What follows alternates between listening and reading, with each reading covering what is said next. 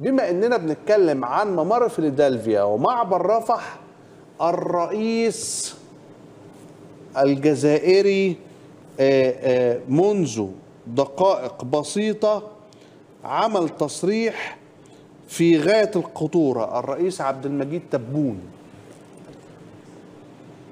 طبعا في انتخابات جزائرية، في انتخابات رئاسية في الجزائر الآن، وفي حملات لعدد من المرشحين منهم الرئيس الحالي عبد المجيد تبون، وقال هذه الكلمات، وهي كلمات لمن يعي الرسائل السياسية المباشرة لرئيس ما زال في الحكم وقد يحكم لمرة أخرى.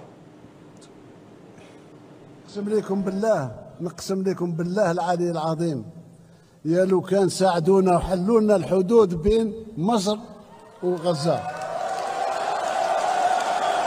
عندنا ما نديرو.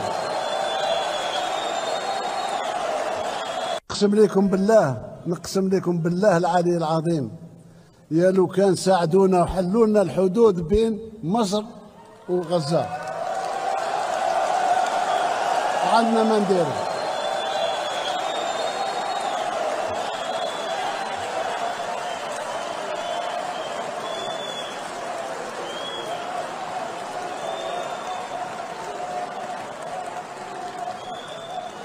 عندنا ما نديرو، وراني توعدت والجيش راه جاهز، مجرد ما يحلوا لنا الحدود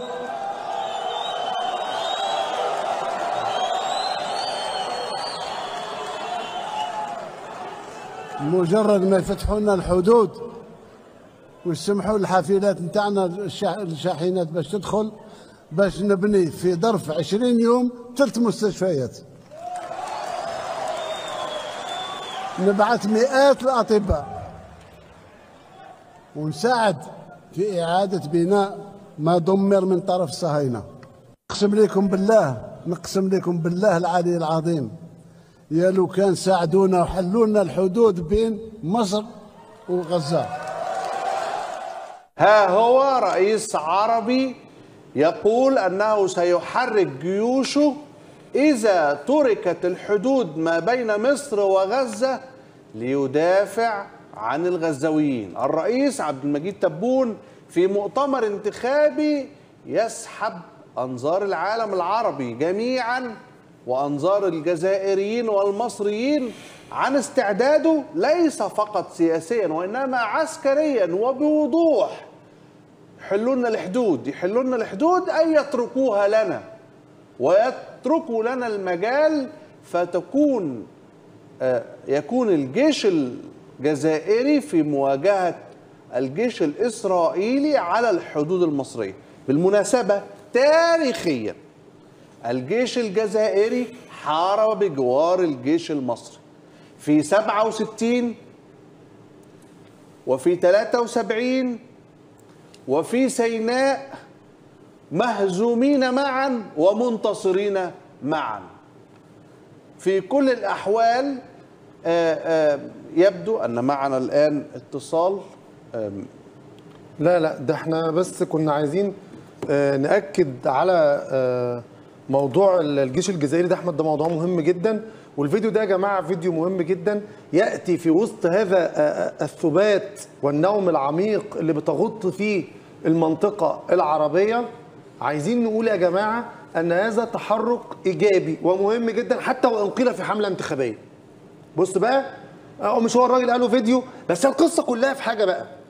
هل هذا الرجل تكلم بهذه الثقة لأنه يعلم أن مصر لن تسمح بذلك؟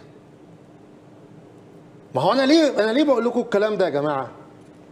معلش يعني أنا لما أجي أتكلم عن ما يقوله نتنياهو والولايات المتحدة الأمريكية، وإنه يقول فيما يخص محور فيلادلفيا إن هو ممكن يسيبه 6 أسابيع لحين الانتهاء من الصفقة ثم العودة للقتال مرة أخرى، وعمال يتكلم في محور فيلادلفيا وهو واثق قوي ومطمن قوي ومتأكد قوي.